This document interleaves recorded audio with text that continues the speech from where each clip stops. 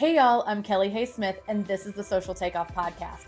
This is where travel advisors come for marketing advice that actually makes sense.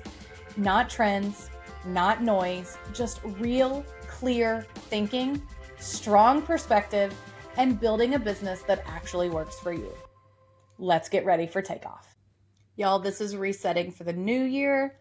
Bonus New Year's episode number 3. Last one. And this one, we are taking our control back.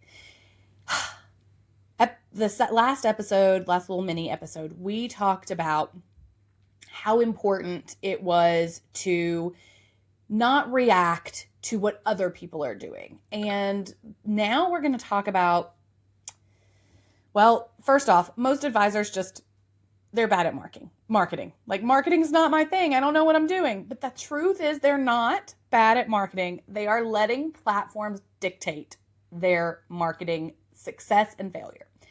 And again, last episode we talked about reactionary marketing to other people, overconsumption.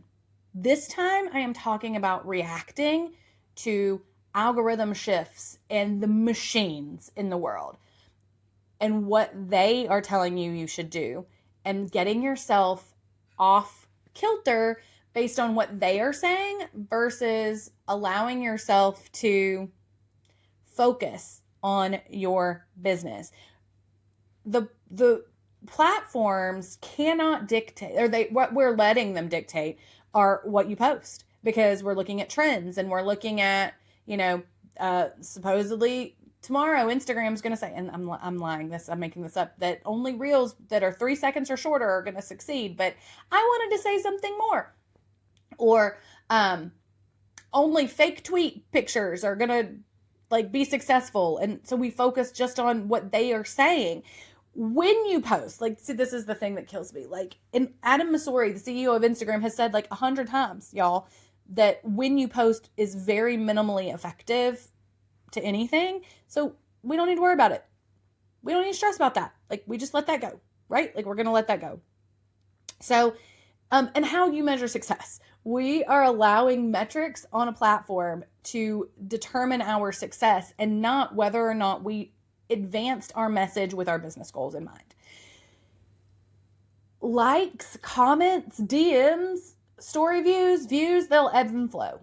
And you have very little control over that. So if you start to measure your success by what your Instagram and Facebook metrics are, you're going to feel bad about yourself all the time. Trust me, coming from somebody who knows. That is simply not a KPI in marketing. If we can do things to make it better, if we see that our engagement took a hit, I can look at my hooks. I can say, can I be stronger in this? Or was I engaging enough? Things like that. But it's not going to shift the content topics that I'm talking about.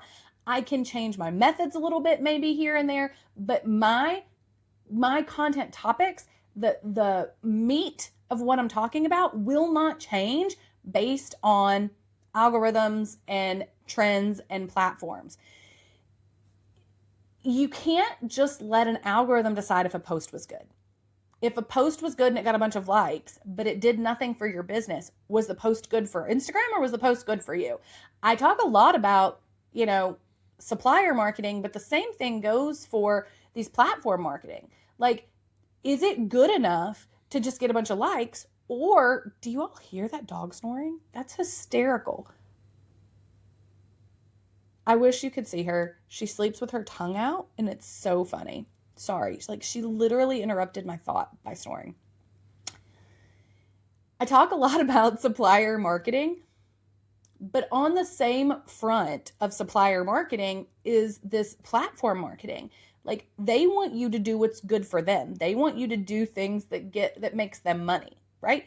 That's also not how you're paid. So is a post good if it talked about your service and it helped nurture a potential client, or is a post good if it got a bunch of likes? Which one do you rather have in your business?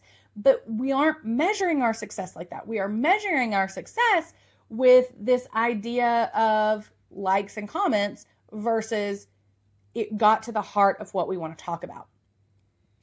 The things that actually deserve control, okay? These are how you should be deciding on your content. What topics matter to your business? What pushes your goals forward? How am I connecting this content to my business goals? What do you want to be known for? What is it that you want to be known for? Not just your expertise, but like, how is your personal brand going to wrap in there? What part of you are you sharing with the world? How are you connecting with your followers and potential clients? What conversations do you want to lead on? That is something you're going to hear me talk a lot about this year, is how to be a thought leader in our industry. More than just giving spit facts of things, but more than that, how are you leading the conversation? How is your perspective changing the way people think about things? And what are those conversations that you want to lead? How are you going to step up into those pieces? What success actually looks like in your business? Not what success looks like on a platform, what success looks like in your business. Not a platform, not engagement, not trends, but success in your actual business. Okay. Y'all ready? This one was going to be a little bit shorter and I knew it, but this is the key right here. This is your homework assignment. Okay. This is one action I want you to take before day in today. I want you to think about 3 things that you want to be known for.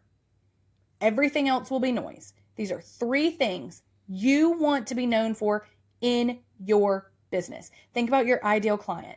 Think about what they need from you, their pain points, how you solve them, what your service is, how you think differently, what you're really good at in your business.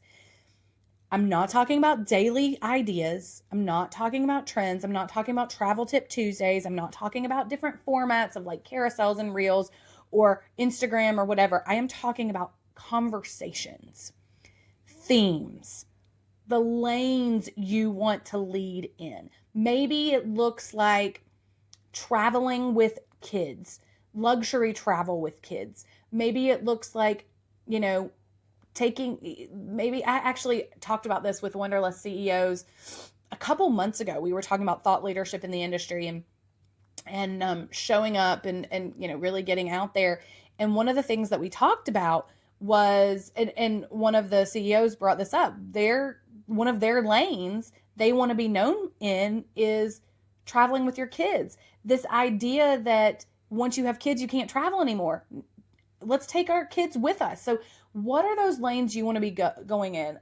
If you know Jamie, who's our head development coach at Wonderlust Campus, she is a thought leader in accessible travel. So and it can be your specialty, but it doesn't have to be. It could be that travel is for everyone, no matter what your budget is. And here's how we do that. And we talk about budget-friendly travel. Like, what are the conversations that you could talk about forever when it comes to your travel business?